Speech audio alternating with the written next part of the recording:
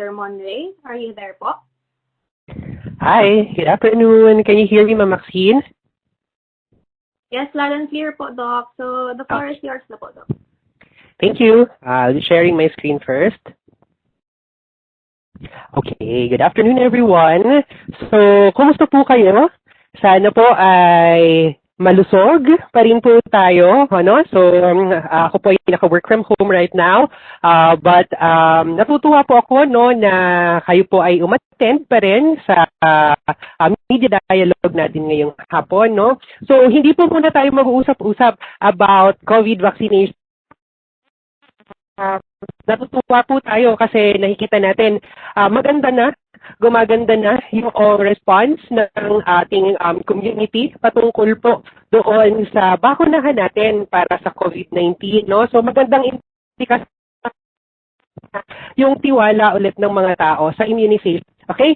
Nga lang po, inire-remind natin yung lahat, no, na hindi lamang po COVID-19 ang sakit na kaya po tayong iligtas, okay, ng mga bakuna, no? So, ang mga bakuna po, hindi lamang po yan para sa COVID-19. Marami pa po tayong sakit na kayang-kaya din po tayong protektahan basta tayo po ay naka-receive ng mga bakuna, no? Sa mga bata po, madaming bakuna, nandiyan ang BCG, hepatitis B, etc. At po, no, ngayon ay isa sa mga pinaka-epektibong mga bakuna na nagawa po natin ay ang oral polio vaccine. Ito ay para masigurado po na ang mga bata ay hindi magkakaroon ng pagkaparalisa o pagkamatay mula naman po sa sakit na poliomyelitis. No, so, ngayon po, no, magkakaroon po kasi tayo this year ng supplemental immunization activity.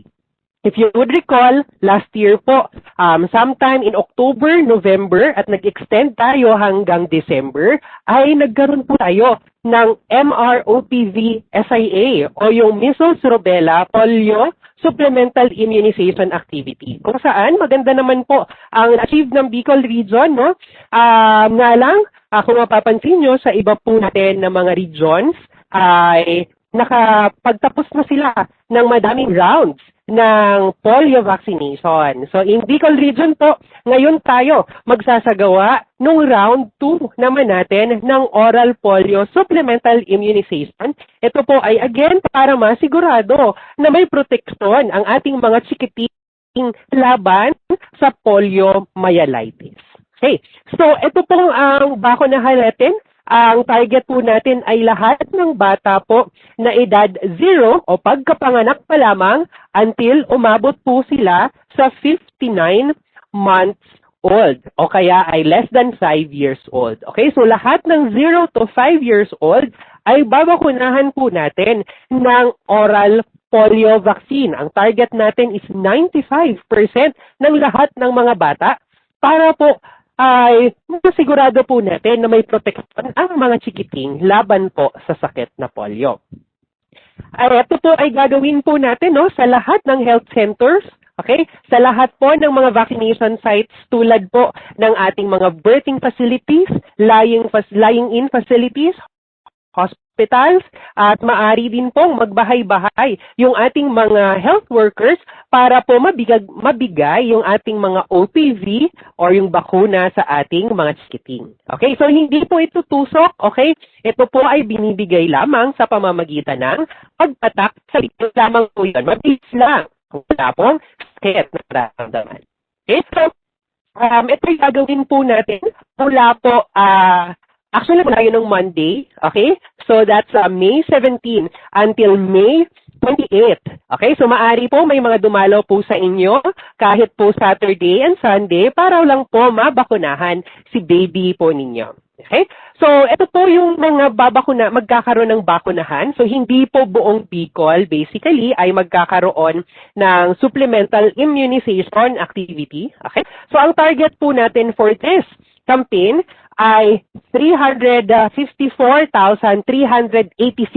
sa buong Bicol Region. Okay? Ito po yung tina-target natin na mabakunahan. Okay, sino-sino po yung mga municipalities na kasama? Sa Albay po, kasabay po dyan ang Libon, Malilipot, Manito, Teodoran, Pulangi, and Tabaco City. Siguro napapansin niyo, bakit yan lang? Bakit yung iba? Anong hindi nakasama dyan? So last year po kasi, nag-conduct tayo ng supplemental immunization activity. So karamihan sa ibang mga municipalities po ay nakapagtala na ng more than 90 to 95% na coverage. Okay. So nga lang po, meron po tayong mga municipalities din na kailangan pa na magkaroon ng round 2 sa kadahilanan na may mga barangay, may mga municipalities po na binagyo talaga noong dumating na series ng bagyo last year kung kailan natin ginawa yung SIA. Kaya po this year ay babawi po ang ating ibang mga RHUs at magbabakuna po sila ulit ng 0 to 59 months old. So sa Albay po, ito pong 6 na to ang kasama sa mga magi-implement. Sa Camarines Norte po, nandito po ang Kapalonga, Daet, San Lorenzo Ruiz, Jose Panganiban, Aracale, San Vicente, Santa Elena, Talisay at Pinson. So kasama din po dito yung mga na-identify po natin na areas na high risk po, no? So hindi ibig sabihin na mataas last year ay kumbaga mababa yung coverage sa SIA last year ay exempted na ngayon. So kapag high risk pa din po, ay sinasama pa rin po natin dito sa ating supplemental immunization activity. So sa Camarines Sur po, kasabay po dyan ang mga municipalities po ng Bato, Bombon, Buhi, Cabusao, Calabanga, Camaligan, Canacman, Dalgaliego, Gainza, Libmanan, Lupi, Magaraw, Nabua, at Tinambak. Okay. So, sa Catanduanes naman po, kasabay po dyan ang mga municipalities po ng Bagamanok, Baras, Pandan, Paniban, San Andres, Viga, at Tirac. Okay. At dito naman po sa Masbate, ay magbabakuna po tayo sa Baleno, sa Balud, Batuan, Katayngan, Kawayan, Claveria, Esperanza, City of Masbate, Monreal, PUV Corpus, Placer, San Fernando, San Jacinto, San Pascual, at Uson. Sa Sorsogon Province naman po, lahat po ng municipalities ng Sorsogon ay kasama po dito sa ating Supplemental Immunization Activity Round 2. Kasabay po dyan ang Barcelona, Bulan, Bulusan, Kasiguran, Castilla, Donsol, Gubat, Erosin, Huban, Magallanes, Matnog, Pilar, Preto Diaz, Santa Magdalena, at ang Sorsogon City. Okay?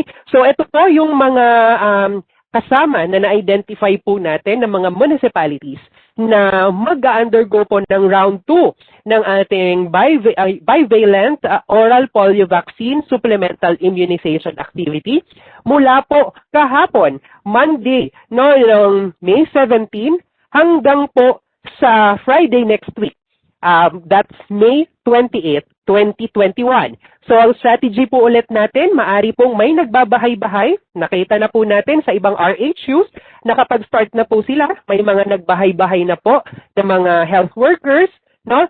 At yung iba po ay magbibigay naman po sa ating mga health facilities para po masigurado po natin na may dagdag proteksyon. Lahat ng mga Bicolano, especially doon sa identified areas po, laban sa polio na sakit. Okay. So, doon sa ibang areas naman, baka may magkwento na, naku Dok, kahit hindi mo sinabi, meron pong mga nagbabakuna din doon sa ibang area. That's true. Kasi po, ongoing pa rin naman po yung ating map-up immunization activity kung saan lahat ng pupwede pang bakunahan ay talaga naman pong pupwede pang habulin ang pagbabakuna. Okay? So, kahit po doon sa area na hindi po natin binanggit dito, ay maari pa rin po silang magbigay ng mga iba't ibang mga antigens or bakuna para masigurado po yung proteksyon ng lahat ng pupwede pang bakunahan. Okay? So, ito lang po yung aking presentation this afternoon for this very short na lecture, no? Basically, presentation regarding sa oral polio vaccine supplemental immunization activity po natin.